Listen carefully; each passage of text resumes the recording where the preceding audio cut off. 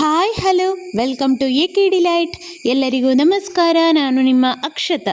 ಇವತ್ತು ನಾನು ಸಿಂಪಲ್ ಆದಂತಹ ವೆಜಿಟೇಬಲ್ ಕೂರ್ಮಾ ರೆಸಿಪಿಯನ್ನು ನಿಮ್ಮ ಮುಂದೆ ತಂದಿದ್ದೇನೆ. ಈರುಳ್ಳಿ ಹಾಗೆ ಬೆಳ್ಳುಳ್ಳಿ ಉಪಯೋಗ ಮಾಡದೆ ರುಚಿಕರವಾದಂತಹ ಕೂರ್ಮಾವನ್ನು ಯಾವ ರೀತಿ ಪ್ರಿಪೇರ್ ಮಾಡ್ಬೋದು ಅಂತ ನಿಮಗೆ ಈ ವಿಡಿಯೋದಲ್ಲಿ ನಾನು ತೋರಿಸ್ತಾ ಇದ್ದೇನೆ. ಬನ್ನಿ ಹಾಗಿದ್ರೆ ರುಚಿಕರವಾದಂತಹ ಕೂರ್ಮಾವನ್ನು ಚಪಾತಿ ಮತ್ತು ಪೂರಿಗೆ ಬೆಸ್ಟ್ ಆದಂತಹ ಈ ಕೂರ್ಮಾವನ್ನು ನೀವು ಉಪವಾಸ ವ್ರತ ಇರುವಾಗ ಕೂಡ ಈ ರೀತಿ ಈರುಳ್ಳಿ ಬೆಳ್ಳುಳ್ಳಿ ಉಪಯೋಗ ಮಾಡದೆ ಯಾವ ರೀತಿ ಸಾಗನ್ನು ಮಾಡೋದು ಅಂತ ತೋರಿಸ್ತಾ ಇದ್ದೇನೆ. ಬನ್ನಿ ಹಾಗಿದ್ರೆ ರುಚಿಕರವಾದ ಕೂರ್ಮವನ್ನು ಮಾಡುವ.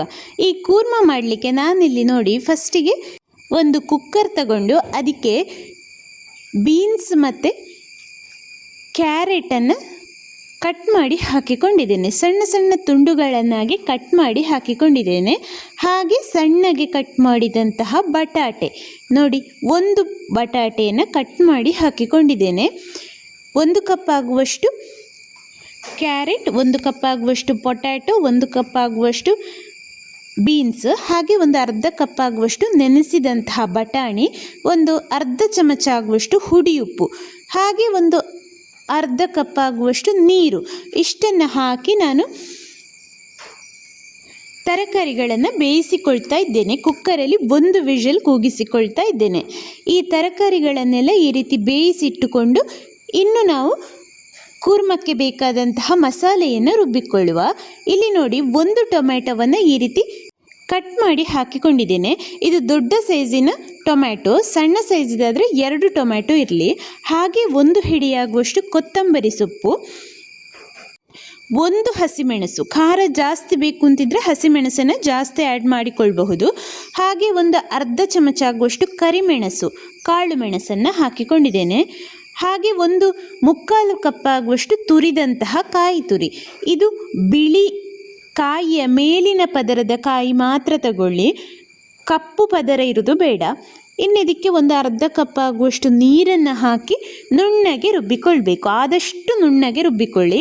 ನಾನಿಲ್ಲಿ ಮಸಾಲೆಗೆ ಬೆಳ್ಳುಳ್ಳಿ ಮತ್ತು ಈರುಳ್ಳಿಯನ್ನು ಯೂಸ್ ಮಾಡಿಕೊಳ್ತಾ ಇಲ್ಲ. ಹಾಗಾಗಿ ನಿಮ್ಮಿದನ್ನು ಉಪವಾಸ ವ್ರತ ಎಲ್ಲ ಇರುವಾಗ ಕೂಡ ಈ ರೀತಿ ಕೂರ್ಮವನ್ನು ಮಾಡಿ ತಿನ್ನಬಹುದು.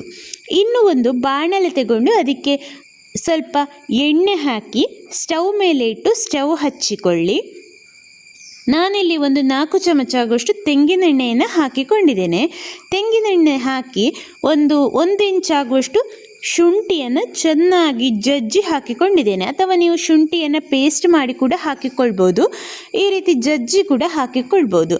ಜಜ್ಜಿ ಹಾಕಿ ಮೀಡಿಯಂ ಫ್ಲೇಮಲ್ಲಿ ಇಟ್ಟು ನೋಡಿ ಈ ರೀತಿ ಒಂದ್ಸಲ ಫ್ರೈ ಮಾಡಿಕೊಳ್ಳಿ. ಇದು ಒಂದು ಸ್ವಲ್ಪ ಫ್ರೈ ಆದ ಮೇಲೆ ಹಸಿ ವಾಸನೆ ಹೋದ ಮೇಲೆ ಇದಕ್ಕಿನ್ನು ಒಂದು ಅರ್ಧ ಚಮಚ ಆಗುವಷ್ಟು ಸೋಂಪು ಕಾಳನ್ನು ಹಾಕಿಕೊಂಡಿದ್ದೇನೆ. ಒಂದು ಅರ್ಧ ಚಮಚ ಆಗುವಷ್ಟು ಸೋಂಪು ಕಾಳು ಹಾಕಿ ನೋಡಿ ಈ ರೀತಿ ಒಂದ್ಸಲ ಮಿಕ್ಸ್ ಮಾಡಿ ಇದಕ್ಕೆ 4 ಲವಂಗ ಹಾಗೆ 1 ಸ್ಟಾರ್ ಫ್ಲವರನ್ನು ಹಾಕಿ ಒಂದ್ಸಲ ಈ ರೀತಿ ಕೈ ಆಡಿಸಿಕೊಳ್ಳಿ. ಇನ್ನಿದಕ್ಕೆ ನಾವು ರುಬ್ಬಿದಂತಹ ಮಿಶ್ರಣವನ್ನು ಹಾಕಿಕೊಳ್ಬೇಕು. ರುಬ್ಬಿದಂತಹ ಮಿಶ್ರಣವನ್ನು ಹಾಕಿ ಚೆನ್ನಾಗಿ ಮಿಕ್ಸ್ ಮಾಡಿಕೊಳ್ಳಿ. ಫ್ಲೇಮ್ ಮಾತ್ರ ಮೀಡಿಯಂ ಫ್ಲೇಮಲ್ಲೇ ಇರಲಿ, ಹೈ ಫ್ಲೇಮಲ್ಲಿ ಇಟ್ಟು ಮಾಡಿಕೊಳ್ಳಿಕ್ಕೆ ಹೋಗಬೇಡಿ. ಇನ್ನಿದನ್ನು ಒಂದ್ಸಲ ಚೆನ್ನಾಗಿ ಮಿಕ್ಸ್ ಮಾಡಿ ಹಸಿ ವಾಸನೆ ಎಲ್ಲ ಹೋಗುವಲ್ಲಿ ತನಕ ಈ ರೀತಿ ಚೆನ್ನಾಗಿ ಮಿಕ್ಸ್ ಮಾಡಬೇಕು. ಸಾಧಾರಣ ಒಂದು 2-3 ನಿಮಿಷದಲ್ಲಿ ಹಸಿ ವಾಸನೆ ಎಲ್ಲ ಹೋಗ್ತದೆ, ಅಷ್ಟಾದರೆ ಸಾಕು. ಇನ್ನಿದಕ್ಕೆ ನೋಡಿ 1 ಪಲಾವ್ ಎಲೆಯನ್ನು ಆ್ಯಡ್ ಮಾಡಿಕೊಳ್ತಾ ಇದ್ದೇನೆ. ಈ ರೀತಿ ಕಟ್ ಮಾಡಿ ಆ್ಯಡ್ ಮಾಡಿಕೊಳ್ತಾ ಇದ್ದೇನೆ. ಇದನ್ನು ಒಂದು 2 ಅಥವಾ 3 ನಿಮಿಷ ಚೆನ್ನಾಗಿ ಬೇಯಲಿ. ಹಸಿ ವಾಸನೆ ಹೋಗುವಲ್ಲಿವರೆಗೆ ಈ ರೀತಿ ಕುದಿ ಬರಲಿ. ಸೈಡಲ್ಲೆಲ್ಲ ಸ್ವಲ್ಪ ಎಣ್ಣೆ ಬಿಟ್ಟುಕೊಳ್ಬೇಕು, ಅಷ್ಟು ಕುದಿಬೇಕಿದು. ಈ ಮಧ್ಯದಲ್ಲಿ ನಾವು ಒಂದು ಅರ್ಧ ಚಮಚ ಆಗುವಷ್ಟು ಅರಶಿನ ಹುಡಿಯನ್ನು ಆ್ಯಡ್ ಮಾಡಿಕೊಳ್ಳುವ. ಅರಶಿನ ಹುಡಿ ಆ್ಯಡ್ ಮಾಡಿ ಒಂದ್ಸಲ ಬೇಕಿದ್ರೆ ಚೆನ್ನಾಗಿ ಮಿಕ್ಸ್ ಮಾಡಿಕೊಳ್ಬೋದು. ಇನ್ನಿದಕ್ಕೆ ಒಂದು ಅರ್ಧ ಚಮಚ ಆಗುವಷ್ಟು ಗರಂ ಮಸಾಲೆಯನ್ನು ಆ್ಯಡ್ ಮಾಡಿಕೊಂಡಿದ್ದೇನೆ. ನಿಮಗೆ ಮಸಾಲೆ ಫ್ಲೇವರ್ ಸ್ವಲ್ಪ ಜಾಸ್ತಿ ಬೇಕು ಅಂತಿದ್ರೆ 1 ಚಮಚ ಆ್ಯಡ್ ಮಾಡಿಕೊಳ್ಬಹುದು, ಇಲ್ಲದಿದ್ದರೆ ಅರ್ಧ ಚಮಚ ಸಾಕು. ಹಾಗೆ ಒಂದು ಅರ್ಧ ಚಮಚ ಆಗುವಷ್ಟು ಕೆಂಪು ಮೆಣಸಿನ ಹುಡಿ, ಖಾರ ಜಾಸ್ತಿ ಇಷ್ಟಪಡುವವರು ಇಲ್ಲಿಯೂ ಮೆಣಸಿನ ಹುಡಿಯನ್ನು ಜಾಸ್ತಿ ಆ್ಯಡ್ ಮಾಡಿಕೊಳ್ಬಹುದು. ಆ್ಯಡ್ ಮಾಡಿ ನೋಡಿ ಈ ರೀತಿ ಒಂದ್ಸಲ ಚೆನ್ನಾಗಿ ಮಿಕ್ಸ್ ಮಾಡಿ. ಇನ್ನಿದಕ್ಕೆ 1 ಚಮಚ ಆಗುವಷ್ಟು ನಾನಿಲ್ಲಿ ಜೋನಿ ಬೆಲ್ಲವನ್ನು ಆ್ಯಡ್ ಮಾಡಿಕೊಂಡಿದ್ದೇನೆ. ನೀವು ಬೇಕಿದ್ದರೆ ಈ ಸ್ವೀಟ್ ಒಂದು ಸ್ವಲ್ಪ ಕಡಿಮೆ ಹಾಕಿಕೊಳ್ಬಹುದು. ಒಂಚೂರು ಸಿಹಿ ಆ್ಯಡ್ ಮಾಡಿದರೆ ರುಚಿಯಾಗಿರ್ತದೆ, ಬೇಕು ಅಂತಿಲ್ಲ, ಆಪ್ಷನಲ್. ನೋಡಿ ಇದೀಗ ಆಗಿದೆ. ಇನ್ನಿದಕ್ಕೆ ನಾವು ಬೇಯಿಸಿಟ್ಟಂತಹ ತರಕಾರಿಯನ್ನು ಹಾಕಿಕೊಂಡ್ರೆ ಆಯಿತು. ನೋಡಿ ಎಷ್ಟು ಸುಲಭದಲ್ಲಿ ಮಾಡಬಹುದು. ಇನ್ನಿದನ್ನು ಬೇಯಿಸಿದಂತಹ ತರಕಾರಿಯನ್ನು ಹಾಕಿ ಒಂದ್ಸಲ ಚೆನ್ನಾಗಿ ಮಿಕ್ಸ್ ಮಾಡಿಕೊಂಡ್ರೆ ಆಯಿತು. ಸುಲಭದಲ್ಲಿ ರುಚಿಕರವಾದಂತಹ ಗ್ರೇವಿಯನ್ನು ನೀವು ಯಾವ ರೀತಿ ಮನೆಯಲ್ಲಿ ಮಾಡಿಕೊಳ್ಬೋದು ನೋಡಿ, ತುಂಬ ರುಚಿಯಾಗಿರ್ತದೆ. ಈರುಳ್ಳಿ ಬೆಳ್ಳುಳ್ಳಿ ಇಲ್ಲದಿದ್ದರೂ ಕೂಡ ತುಂಬ ರುಚಿಯಾದಂತಹ ಗ್ರೇವಿಯನ್ನು ಈ ರೀತಿ ಕೂರ್ಮವನ್ನು ರೆಡಿ ಮಾಡಿಕೊಳ್ಳಿ. ಇನ್ನು ನೋಡಿ, ಕನ್ಸಿಸ್ಟೆನ್ಸಿ ನೋಡಿಕೊಂಡು ಸ್ವಲ್ಪ ನೀರನ್ನು ಆ್ಯಡ್ ಮಾಡಿಕೊಳ್ಬಹುದು. ನೀರು ಬೇಕು ಅಂತಾದರೆ ಸ್ವಲ್ಪ ಆ್ಯಡ್ ಮಾಡಿಕೊಳ್ಳಿ. ಹಾಗೆ ರುಚಿಗೆ ಬೇಕಿದ್ದರೆ ಸ್ವಲ್ಪ ಉಪ್ಪನ್ನು ಸೇರಿಸಿಕೊಳ್ಳಿ. ನಾನಿಲ್ಲಿ ಒಂದು ಅರ್ಧ ಚಮಚ ಆಗುವಷ್ಟು ಉಪ್ಪನ್ನು ಹಾಕಿ ನೋಡಿ ಈ ರೀತಿ ಚೆನ್ನಾಗಿ ಮಿಕ್ಸ್ ಮಾಡಿಕೊಳ್ತಾ ಇದ್ದೇನೆ. ಇನ್ನಿದು ಒಂದು ಕುದಿ ಬರಬೇಕು. ಚೆನ್ನಾಗಿ ಕುದಿ ಬಂದ ಮೇಲೆ ಇದನ್ನು ಸರ್ವ್ ಮಾಡಬಹುದು. ಚಪಾತಿಗೆ, ಪೂರಿಗೆ ಎಲ್ಲ ತುಂಬ ರುಚಿಯಾಗಿರ್ತದೆ. ನೀವು ಉಪವಾಸ ವ್ರತ ಎಲ್ಲ ಇರುವಾಗ ಈರುಳ್ಳಿ ಬೆಳ್ಳುಳ್ಳಿ ಹಾಕಿದ ಗಸಿಯನ್ನೆಲ್ಲ ಯೂಸ್ ಮಾಡಲಿಕ್ಕೆ ಆಗೋದಿಲ್ಲ ಅಂತ ಇರುವಾಗ ಈ ರೀತಿ ಗಸಿಯನ್ನು ಮಾಡಿ, ತುಂಬ ರುಚಿಯಾಗಿರ್ತದೆ. ಇನ್ನಿದು ನೋಡಿ, ಒಂದು ಕುದಿ ಬಂದ ಮೇಲೆ ನಾನು ಇದಕ್ಕೆ 1 ಚಮಚ ಆಗುವಷ್ಟು ಬೆಣ್ಣೆಯನ್ನು ಹಾಕಿಕೊಳ್ತಾ ಇದ್ದೇನೆ.